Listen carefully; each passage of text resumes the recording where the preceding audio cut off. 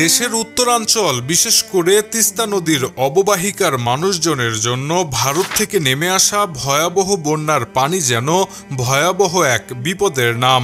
হুটহাট করে বাঁধ খুলে দেয় ভারত, আর এতে করে রাতারাতি ভয়াবহ বন্যায় তলিয়ে যায় তিস্তা পাড়ের নিম্নাঞ্চল। এসব এলাকা থেকে পানি নেমে যেতে কম করে হলেও অন্তত 5 থেকে 7 দিন সময় লাগে। এই 5 থেকে 7 দিনে সাধারণ মানুষের জীবন একেবারে বিপর্যস্ত হয়ে ওঠে। এই যখন অবস্থা, তখন তিস্তা পাড়ে আবারও শুরু হতে যাচ্ছে ভয়াবহ বন্যা। ভারতের সিকিমে টানা ভারী বৃষ্টিপাতের কারণে বিপজ্জনকভাবে বাড়ছে তিস্তা নদীর পানি।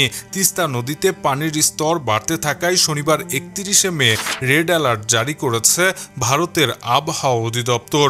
বন্যা ও ভূমিধসের আশঙ্কায় সতর্কতা জারি করা হয়েছে সিকিম রাজ্যের বিভিন্ন জেলায়। দেশের উজানে তথা ভারতের সিকিমে ভারী বৃষ্টিপাতের এই পানি যেহেতু বাংলাদেশে প্রবেশ করবে তিস্তা নদীর মাধ্যমে, সেহেতু উত্তরাঞ্চলে বিশেষ করে তিস্তা অববাহিকায় আগামী কয়েকদিনে ব্যাপক আকারে পানি বাড়তে পারে। এমনকি হঠাৎ করে ভয়াবহ বন্যা পরিস্থিতির সৃষ্টি হতে পারে।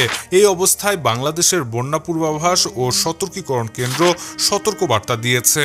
রংপুর বিভাগে তিস্তার সঙ্গে ধরলা ও দুধকুমার নদীর পানি আগামী 3 দিনে বাড়তে পারে এবং এ সময় বিপদসীমার উপর দিয়ে প্রবাহিত হতে পারে তিস্তা নদীর পানি। যদি পরিস্থিতি সেদিকেই গড়ায়, তাহলে ঈদের আগেই উত্তরাঞ্চলে বন্যা পরিস্থিতি দেখা দিতে পারে। তবে এই বন্যা দীর্ঘমেয়াদী হবে না বলেই ধারণা করা হচ্ছে। তবুও অসময়ের এই বন্যা সাধারণ মানুষের জন্য ব্যাপক ভোগান্তির কারণ হয়ে দাঁড়াতে পারে। Shahriar Alam, EBD news.